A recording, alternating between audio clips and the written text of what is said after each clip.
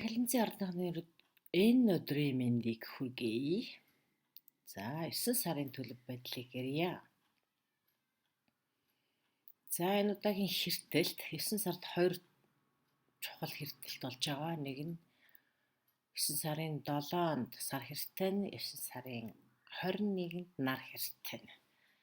За энэ хэртэлтээс нар хэртэлтийн тухай төлхөө ярий. За сарны хэртэлтийн тухай тусдаа бас нэг бидний оруулж тийм үү гэж бодож байгаа учраас гол том үйл явдал болох сар нарны хэртэлтийн тухай ярьчаа гэж ингэж бодоод бэлтгэлээ. За хэлтэнцийн тухайд бол энэ нар хэртэл 11-р гэрдээр тохиож байгаа юм байна. За энэ хэртэл ерөнхийдөө хэлтэнцийн ордонд их таатай байрлал байгаа гинэ. Гарын иргэсүүд бол энэ хэртэлтээр одоо зарим ордуудад бол маш хүчтэй нөлөөлдөг боловч гэдэг боловч зарим ордууд над дотор гарын иргэсийнхаа нөлөөгөөр гайгүй их таатай нөлөө энэ үзүүлдэг юм байна л да. За тэгэхээр энэ таатай хэртэлтийн нөлөө танд таатай нөлөөлж байгаа учраас танд хөгжил, дэвшил, бүтээлч өсөлт, ажил хэрэгт амжилт олох энэ ийм боломжуудыг олгоно гэж байна.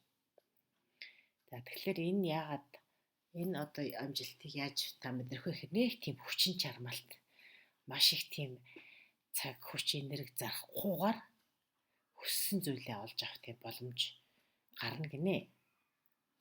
Энэ бол гаднаас харахад танд аз тохиож танд одоо бүх нөхцөл нь бүрдсэн юм шиг санагдаж болж байгаа ч гэсэн энэ нь бол яг үүндээ үүлийн үр буюу кармагийн хуулийг танд үйлчилж байгааг юм л та. Ерөнхийдөө та тэр энэ зүйлийг авах ёстой учраас энэ зүйл танд эрхлэж учраас гэсэн.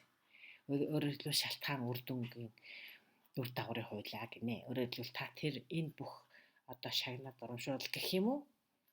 Амьдралаас өгч байгаа шагнал гэж хэлж байна тийм амжилт тэр ололт энэ бүхнийг бол чи эдлэх тийм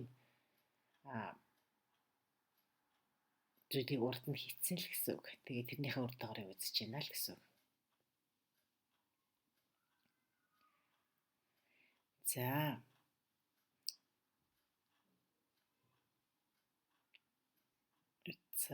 дээрэс нь таны бол одоо яг энэ хэртэлт бол танд одоо хүсэж тэмүүлж байсан тэр зүйл таны дотортой тээж явсан тэр бүх зүйлд үр дүнгээ өгнө гэж.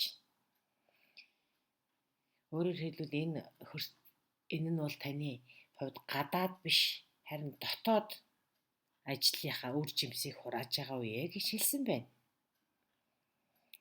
11-р гэр гэдэг бол ерөнхийдөө бол хүчин чармаалт үр дүнгийн янз бүрийн чиглэлээр хүртэх боломжийг олгодог ийм гэр юм л дээ. Ерөнхийдөө 11-р гэрийг бол найз нөхөд тэгээд мөрөөдөл энтер гэж хэлээд идэгий. Найз нөхдийн холбоо.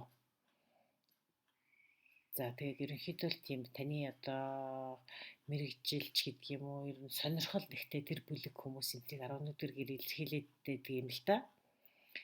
Тэгэхээр энэ бүхэнд хийсэн таны хүчин чармаалтын дүү үр дүн ирж байгаа юм байна. Тийм учраас янз бүрийн чиглэлээр бол энэ хүчин чармаалтынхаа үр дүнг хүртэх үе гэж байгаа юм. Ажил бизнесээс ч өөр их хөгжлөж болно. Тэгэхээр энэ бол ерөнхийдөө энэ хэртэлт бол таны хувьд жинхэнэ хувь тавилангийн бэлэг шүү гэж хэлж байна. За ер нь бол би 10-аад ордны зурхайг ерөнхийдөө орчуулж хийж яхад танай ордных шиг хэлэнцэн ордных шиг ийм таатай төлөв байдал гарч байгаа нэг цөөн байсан. Тэгэхээр хэлэнцэн ордныхны тухайд бол бүр үнэхээр таатай уярж байгаа юм байна. Маш сайн байна.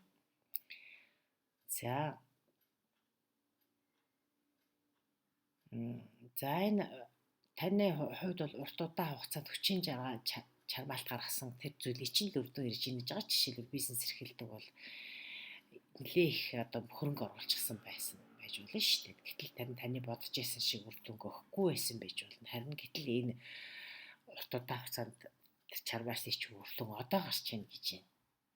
За мөн харилцааны чинь хүрээг өөрчлөнө гинэ.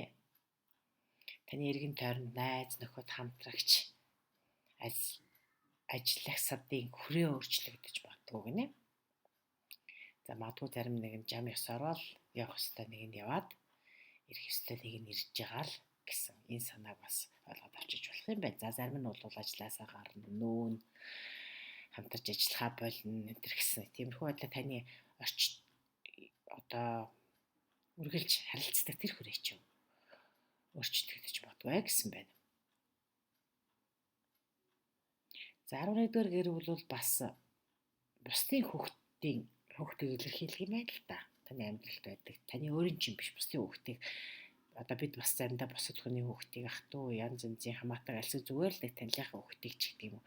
Нэг асар халамжлах, хайрлах, тэдэрт туслах тийм хэрэг гардаг штэ. Тийм одоо үйл явдлыг бол 11-р гэртэй холбогдох юм байна. За тийм болохоор одоо хэрвээ одоо таны хайртай хүний өмнөх харилцаанаас гарсан хүүхэд гэдэг юм одоо даагуур хүүхэд гэж ярьдаг штэ. Тэр хүүхдүүдэд анхаарал тавих хэрэгтэй болдог ч юм уу. Тэрэнд одоо угаасаа та маш сайнаар ханддаг бол тэрний одоо сургалт гэдэг юм уу амьдралын бусад зардалыг нь гаргах энэ төр иймэрхүү бас тийм үйл явдал өрнөж бодгүй гэсэн байна. За дээрэс нь 11-р гэр бүл интернет техник технологийн дэвшлийг ашиглах нэг иймэрхүү орон зайг бас илэрхийлээд идэг юм байна. За тэгэхээр энд бол шин дэвшилтэд технологиг ашиглах ажилдаа шинэ одоо тийм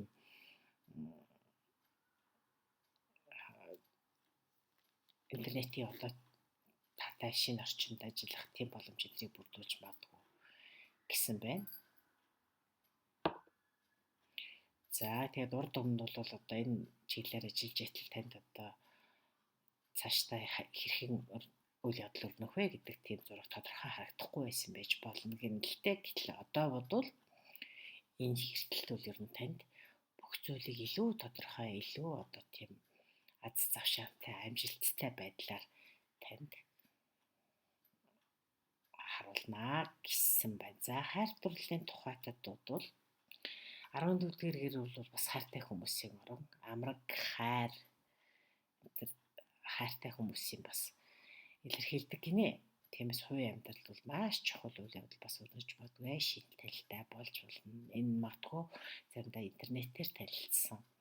Тусгай одоо тийм танилцах платформ гэж байдаг шүү дээ. Тэргээр дамжуул танилцсан хүн байж болно гин. Эсвэл таны найзуудын чинь нэг хинэгэнтэй таны өөр хүнтэй танилцуулж магадгүй гин. Тэр нь гэтэл маш чухал. Таны амьдрал маш чухал хүн болж хуурч магадгүй гэсэн байна. А зарим хүний тухайд бол хайр дурлал хайж байгаа хүмүүсийн тухайд ярьж штэ. За магадгүй хин ямар нэгэн том арга хэмжээнд оролцоод тэр үед одоо бас чухал хүнтэй тэр одоо тэмдэглэл баяр дуруудаж ирсэн хүмүүстэй ойр дотн харилцаа үүсгэж тэдэнтэй цаашдаа ирээдүйд хамтарч ажиллах зөвхөн хайр дурлал шүү дээ. Бас бизнесийн цаашдын хамтын ажиллагааг нээх тийм боломжийг бас нээж магадгүй гэсэн байна шүү. За мөн энэ үйлүүд интернетээр маш удаан хугацаанд хүлээсэн тэр чухал мэдээллээ авах боломжтой гэж 11-р гэр бүл ерөнхийдөө иймэрхүү интернет найз нөхөд олон нийтийн сүлжээнээс танд өөртөө таатай бололцоог бий болгох энэ гэсэн асуудлыг хариуцдаг. Тэгэхээр иймэрхүү олон боломжууд танд гарч ирнэ. За ингээд хилцэн ордоход амжилттай хамгийн сайн гэх юм уу? Хамгийн амжилттай байх ийм төлөвлөл ярьсан гортайлаа. За нөхөрөө хилцэн ордохны төлөв байдаг өнөрлөе. Дараа уулзъя. Баяртай.